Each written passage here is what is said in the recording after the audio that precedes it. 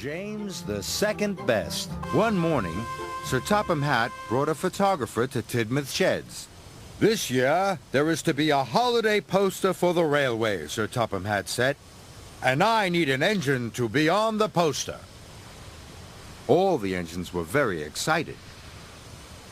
James was sure his photograph would be taken. I will look wonderful on the poster, thought James.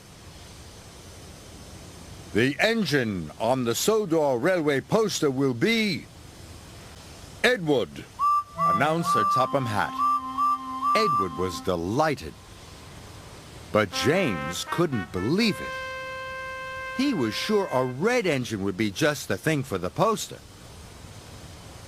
The photographer tried to take a picture of Edward, but James got in the way. James, leave the shed now, ordered Sir Topham Hatt. James puffed sadly away. Soon the posters were seen all over the island. But James still wanted to be the poster engine. I wonder why Edward was chosen instead of me, James puffed. Because, huffed Henry, Edward is always gentle with his freight cars. And he doesn't mind doing the dirty jobs, puffed Percy. And he's always on time, chuffed Thomas. James was cross. I can do all those things too, pouted James. I'll show you that I'm good enough to be on the poster. And he chuffed away. The next day, Edward and Thomas were working in the yard. Edward shunted his freight cars softly and smoothly. When James arrived, he shunted his freight cars softly and smoothly too. See, I can be gentle just like Edward, puffed James. I am good enough to be on a poster.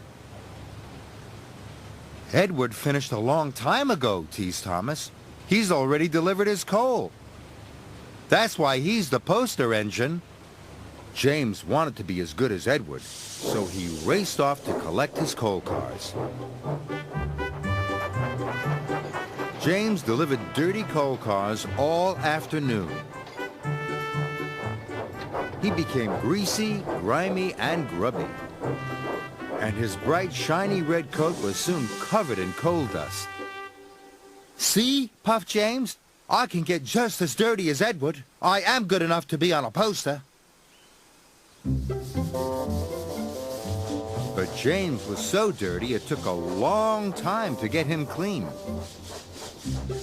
James was soaked and scrubbed. They even brushed behind his buffers. Your gentle shunting and getting dirty has made you late for your passengers, puffed Percy cheekily. Edward is always on time. That's why he's the poster engine.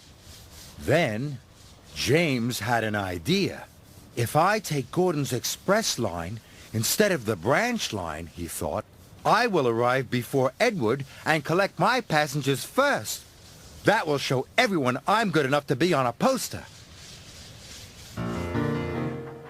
So James puffed onto Gordon's line.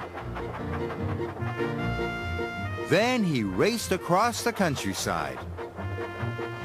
James rattled over bridges and clattered through tunnels.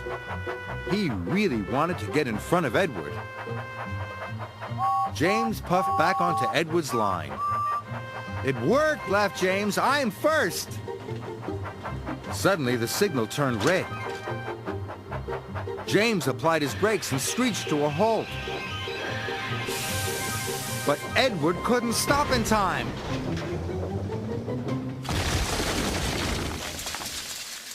Sorry, puffed Edward. I didn't have time to stop. Don't worry, moaned James. It was my fault for pushing in. You're finally in a poster, chuckled Thomas. Maybe you are good enough after all.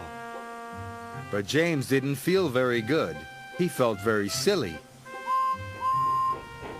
Soon, Emily arrived with Sir Topham Hatt. James, your racing around has caused confusion and delay, Sir Topham Hatt said sternly. Yes, sir. Sorry, sir. James puffed sadly. Edward, your cylinder has been damaged. You can't take the children to the seaside today. The children at the station were very sad. But we wanted to ride on the poster engine, the children cried. James felt worse than ever. Please, sir, James puffed. If I was a back engine, all the children could still ride on Edward. What a wonderful idea, said Sir Topham Hatt. Edward and his passenger cars were very heavy, but James pushed them slowly to the seaside. His pistons pumped and his axles ached, but James pressed on.